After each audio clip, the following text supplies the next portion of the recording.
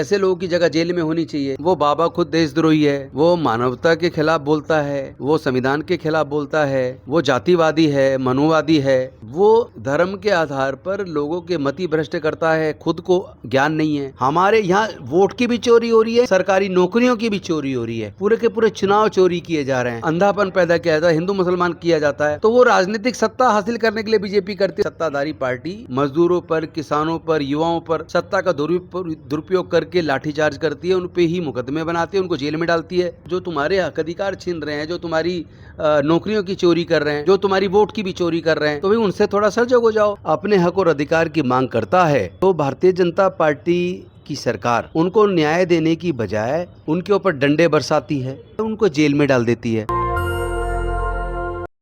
नमस्कार, आप देख रहे हैं नेशनल दस्तक और मैं हूं आपके साथ अमन। इस वक्त हमारे साथ बात करने के लिए कांग्रेस के SC/ST विभाग के चेयरमैन पूर्व मंत्री राजेंद्र पाल गौतम सर मौजूद हैं। बीते कुछ दिन पहले बिहार भर के SC/ST छात्र पटना में सड़कों पर आंदोलन कर रहे थे। उस वक्त बिहार पुलिस ने छात्रों पर बलपूर्वक लाठीचार्ज किया और आपत्तिजनक शब्दों का भी इस्तेमाल किया। दरअसल मैं आपको बता दूं कि जो तमाम SC/ST छात्र थे आंदोलन इसलिए कर रहे थे कि दरोगा में जब रिज़ल्ट निकली तो उसमें जो आरक्षण था दलित छात्रों का, वो रोस्टर नहीं पालन किया गया था।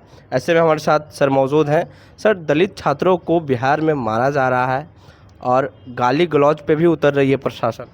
देखिए, केवल बिहार में नहीं बल्कि पूरे देश में जहाँ जहाँ बीजेपी की सरकारें हैं या बीजेपी के गठबंधन की सरकारें हैं, उन तमाम जगह पर दलित हों, पिछड़े हों, आदिवासी हों, अल्पसंख्यक हों या युवा छात्र हों, जो भी संवैधानिक तरीके से धरने प्रदर्शन के माध्यम से, आंदोलन के माध्यम से अपने हक और अधिकार की मांग करता है, तो भारतीय जनता पार्टी की सरकार उनको न्याय देने की बजाय उनके ऊपर डंडे बरसाती है, वाटर कैनन छोड़ती है, उनके खिलाफ मुकदमे बनाती है और कई बार तो देखने में आया उनको जेल में डाल देती है।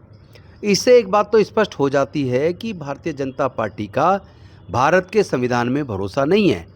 भारतीय जनता पार्टी भारत के लोगों के मौलिक अधिकारों की इज्जत नहीं करती और इसी वजह से भारतीय जनता पार्टी शासित राज्यों में जहाँ भी हम देखते हैं कि हमारे नौकरियों में रोस्टर्स प्रॉपर मेंटेन नहीं हो रहे हैं, हमारे यहाँ वोट की भी चोरी हो रही है, यहाँ सरकारी नौकरियों की भी चोरी हो रही है, पूरे के पूरे चुनाव चोरी किए जा रहे हैं। और यहाँ तक है जो उनको कांग्रेस के टाइम पर 20 सूत्री कार्यक्रम के अंदर जो ज़मीनें मिली थी, प्लॉट के पट्टे मिले थे, खेत की ज़मीन के पट्टे मिले थे, तो ज़्यादातर को दबंगों ने कब्जे ही नहीं मिलने दिए और मिल गए तो वापस कब्जा लिए। आज जिनकी सरकार उनसे मांग करते हैं तो उनके लिए कोई, उनके फेवर में कोई काम करते नहीं हैं। तो ये अनफॉर्चुनेट पार्ट है कि हमारे देश में धर्म के नाम पर नफरत फैलाकर भारतीय जनता पार्टी हमारे ही वोट से ताकतवर बनी हुई है।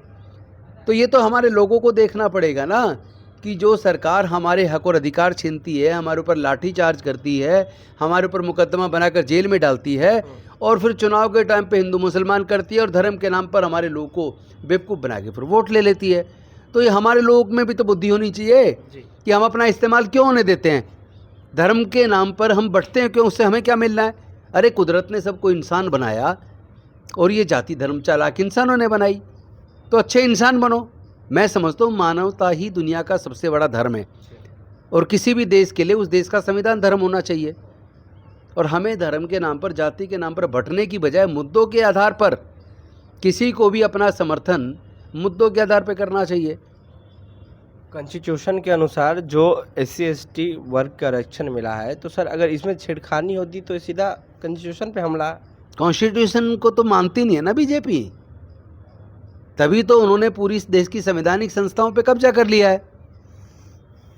जितनी भी जांच एजेंसियां हैं जिनको कानून के द्वारा, संविधान के द्वारा पावर मिलती है, वो उस पावर का इस्तेमाल संविधान के हिसाब से मुजरिम के खिलाफ करने की बजाय वो बीजेपी के इशारे पे विपक्ष को कुचलने पे उसका इस्तेमाल करती है। दलितों को, पिछड़ों को, आदिवासी को, माइनॉरिटीज़ को, वंचित वर्ग के लोगों को के ऊपर कानून का डंडा चलाकर पुलिस की फोर्स का इस्तेमाल करके, उनके ऊपर लाठीचार्ज करके, उन पे मुकदमा दर्ज करके उनको जेल में डालने का काम करती है। जी। तो जो सरकार देश के संविधान को नहीं मानती, जो सरकार लोगों के फंडामेंटल राइट्स की इज्जत नहीं करती, जो सरकार इंसान में जाति धर्म के नाम पे नफरत पैदा करती है, जो सरकार संविधान का जनता के खिलाफ दुरुपयोग करती है, जो सरकार सिविल सोसाइटी के लोग जो संवैधानिक तरीके से अपने हक की मांग करते हैं उनके खिलाफ झूठे मुकदमे बनाकर जेल में डाल देती है, जैसे सोनम वांगचुक को डाल दिया लेह लद्दाख के अंदर। और वो अकेला एग्जाम्पल नहीं है, यहाँ तो कोर्ट भी बट गई हैं। कोर्ट भी कहीं ना कहीं हमें कई बार देखने में आता है कि कोर्ट भी संविधान को ताक पर रख के और जाति और धर्म विशेष के खिलाफ काम करती है। जैसा आपने देखा होगा कि पिछले दिनों कोर्ट ने कई लोगों को जमानत देते वक्त कहा कि bail is a rule, jail is an exception, यानी कि जमानत कानून है, रूल है, और जेल में रखना ये एक्सेप्शन है। लेकिन जब बात उमर खालिद की ज़मानत की आई, शरजील इमाम की ज़मानत की बात आई, तो वहाँ फिर वो बेल इज़ ए रूल ख़त्म हो जाता है और जो जेल इज़ एन एक्सेप्शन है, जेल इज़ ए रूल बन जाता है। तो 5 साल तक आप ट्रायल तक भी शुरू नहीं कर पा रहे, 5 साल से ज़्यादा हो गई, आप ट्रायल शुरू नहीं कर पा रहे और लोगों को लगातार वर्षों से जेल में डाल के रखा हुआ है। और वो भी वो लोग जो रिसर्चर्स हैं, हाईली एजुकेटेड हैं, उनके खिलाफ इस तरह का शोषण और अत्याचार। तो ऐसी सत्ता वाली पार्टी से उम्मीद भी क्या कर सकते हैं आप। ये तो इसलिए हो रहा है क्योंकि हमारे लोग अपनी बुद्धि का इस्तेमाल सही तरीके से अपने अधिकारों की रक्षा के लिए नहीं करते हैं। जब उनको धर्म के नाम पर, जाति के नाम पर बांटा जाता है, धार्मिक अंधापन पैदा किया जाता है, हिंदू मुसलमान किया जाता है, तो वो राजनीतिक सत्ता हासिल करने के लिए बीजेपी करती है। तो उसकी चाल में फंसता है क्यों आदमी? ये तो हमारे लोगों को सोचना पड़ेगा ना। बिहार में लोकतंत्र की बड़ा पर्व जो होता है, बिहार विधानसभा की आम चुनाव है सर। ऐसे में युवा जो काफ़ी परेशान है अपनी रोज़गार को लेकर, नौकरी को लेकर, जब हक मांगने जाते हैं तो उनकी तरफ से लाठी मिलता है। ये तो तब पता चलेगा जब चुनाव में लाठी बजाने वाली सरकार को सत्ता से बाहर करेगा। अगर नहीं किया तो इसका मतलब आपको अपनी नौकरी की चिंता नहीं है, आपकी शिक्षा की चिंता नहीं है, आप तो धर्म के नाम पर फिर उसी को जिताएंगे जिसने आपको पर लाठी चलाई। माहौल क्या तो चुनाव के बाद रिजल्ट बताएगा कि उनको उनके मुद्दों की समझ हुई है या नहीं हुई है। लंबे समय से आप बिहार आ रहे हैं सर, क्या लग रहा है? आप हर एक कस्बा, जिला, गांव जा रहे हैं, माहौल क्या? हमारा काम है बिहार की जागरूक जनता को उनके हक अधिकारों के प्रति और जागरूक करना जी, और उनको ये एहसास कराना है कि ये देश के अंदर एक सत्ताधारी पार्टी मजदूरों पर, किसानों पर, युवाओं पर सत्ता का दुरुपयोग करके लाठीचार्ज करती है, उन पे ही मुकदमे बनाती है, उनको जेल में डालती है और उन्हीं को फिर आपस में धर्म के नाम पे लड़वाती है। तो भाई जागरूक हो जाओ। अब जो तुम्हारे हक अधिकार छीन रहे हैं, जो तुम्हारी नौकरियों की चोरी कर रहे हैं, जो तुम्हारी वोट की भी चोरी कर रहे हैं, तो भाई उनसे थोड़ा सजग हो जाओ। और दूसरी बात, जैसे साफ़ पानी किसी बर्तन में लंबे समय तक रख दो तो वो भी प्रदूषित हो जाता है, उसमें भी सड़न पैदा हो जाती है। इसी प्रकार जब कोई पार्टी लंबे समय तक सत्ता में बनी रहती है तो उसमें भी सड़न पैदा हो जाती है, उसमें भी तानाशाही पनप जाती है, और जब वो तानाशाही पनपती है तो लोगों के अधिकारों का अतिक्रमण होता है। राहुल गांधी भी हर एक स्पीच में जिक्र करते हैं कि इस देश में संविधान पे हमला हो रहा है, और वो तो बजाबते संविधान को लेकर हाथ में घूमते हैं। देखिए, वो कोशिश कर रहे हैं जागरूकता पैदा करने की। कोई भी सच्चा देशभक्त, सच्चा भारतीय जो देश से प्यार करता है, जो देश के संविधान से प्यार करता है, वो तो देश को मजबूत करने के लिए लोगों को जागरूक करेगा ही करेगा। अब ये लोगों के ऊपर है कि लोग भी उस महत्व को समझें, अपने हक अधिकार की खुद इज्जत करें, क्योंकि जो खुद अपने हक और अधिकार की और संविधान की इज्जत नहीं करेगा उसकी दूसरा कौन इज्जत करेगा। एक बाबा हैं, बीते कुछ दिन पहले एक हम वीडियो देख रहे थे, तो उसमें उन्होंने बाबा साहब भीमराव अम्बेडकर को कहा कि वो अंग्रेज़ों के दलाल थे और वो देशद्रोही थे।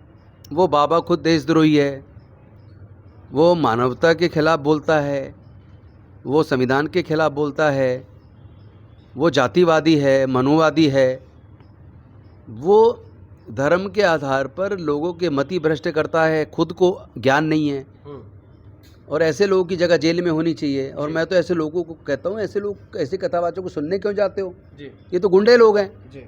इनमें इंसानियत नाम की चीज़ नहीं है जी। ये देश के संविधान की इज्जत नहीं करते।